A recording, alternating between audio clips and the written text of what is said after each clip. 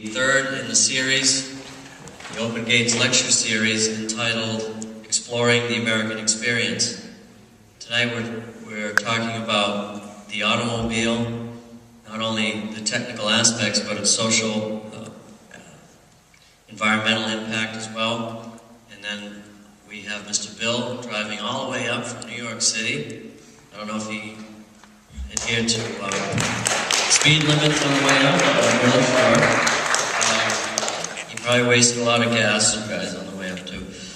But here to talk about the future of technology, trying to project out 40 years, the immediate, and then 40 years, what sorts of things might we all be subjected to or be using for technology. So without further ado, Mr. Osborne, and you know, this is a first, the first middle school faculty member to present, Mr. Osborne. Come on up.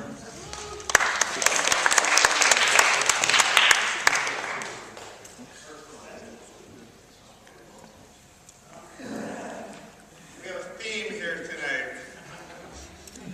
and I have no idea how to tie these things, so my guys down there. Actually, I'm supposed to talk about automobiles and cars. Dr. Nemain here. Nemain says, I know how to fix cars. Okay, cool, so I'll tell you about cars. But most of you guys are just getting your driver's license, things like that, so maybe you haven't been into the history of cars at all. But cars go back quite a ways. They don't really talk about cars as being an automobile until you mention the internal combustion engine, but they had steam-powered cars this way back in the 1700s. Problem is they always had to stop every once in a while to refill in the water and find more fuel and stuff. They didn't go very far. And they're also extremely heavy. So they never even go more than 3 or 4 miles an hour anyway. Well, about the late 1800s, you guys have heard of Mercedes-Benz, right? Well, Daimler and Benz came with the first 4-stroke internal combustion engine.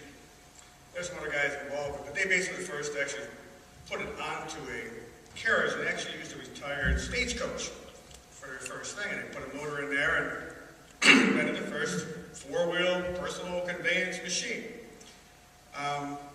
In fact, they were really big on putting in all kinds of things. Cars, put in dirigibles, power dirigibles, blimps. Boats were a really big application at first with a 4-stroke motor. In cars, in fact, the logo for Mercedes-Benz, which kids always seem to be confusing with a peace sign for some reason, has 3 stars to it. And the original thing of 3 stars was air, sea, and land for the engine to be used in all modes of conveyance. So they got that going. In the United States, the first mass-produced car that was actually produced was made by Oldsmobile in about 1901. And it was the best-selling car in the United States from about 1901 to 1908. And then you guys hear about Henry Ford, right?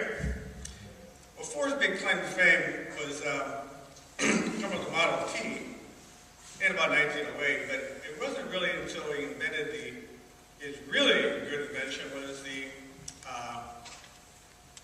making a conveyor belt that actually would take the pieces of a car and bring the parts to his workers.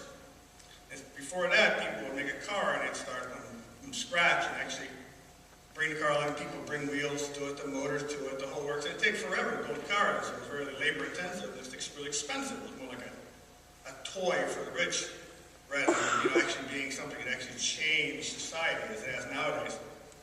So in 1913, he came up with the idea of the assembly line, and from there on, it just took off. By 1927, it had 15 million cars were on the roads.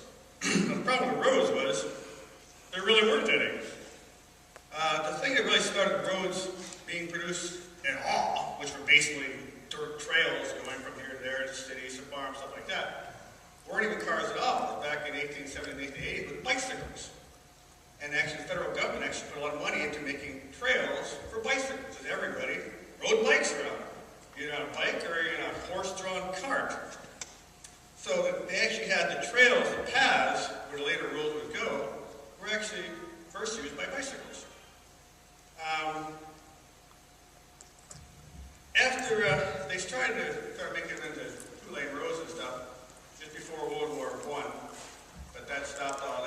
came after World War I, back in the roaring 20s, is when they actually started making two-lane roads, paved roads for cars and bikes and everything else. In the meantime, during World War I, the real beginning true values of cars and trucks and other vehicles came in actually with war. Before World War I, look at the history book stuff, you have cannons being dragged around by horses and wagons, and people going to Calgary with charging each other with horses and swords.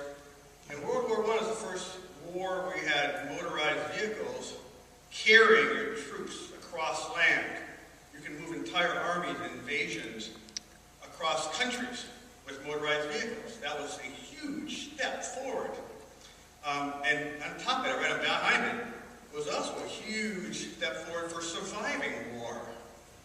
Because before that, if you got wounded, you were pretty much done.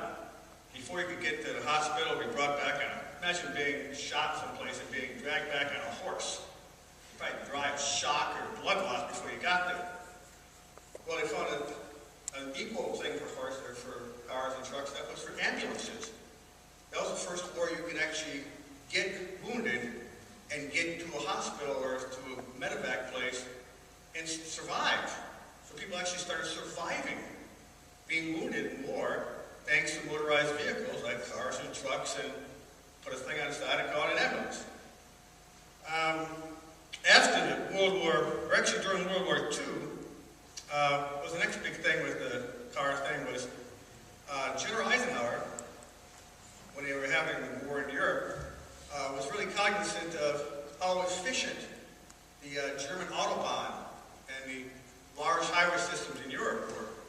And when he came back to the United States, he was really big on pushing forward to widening our roads as a matter of national defense.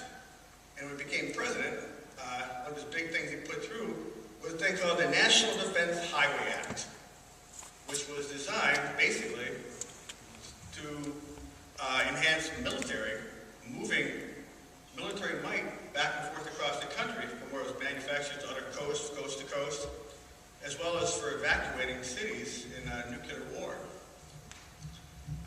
which is kind of sobering, but it was actually designed for basically, and they sold it to Congress as a side thing as being good for commerce, for moving trucks and freeway stuff, but cars was kind of like on the back burner as far as the funding.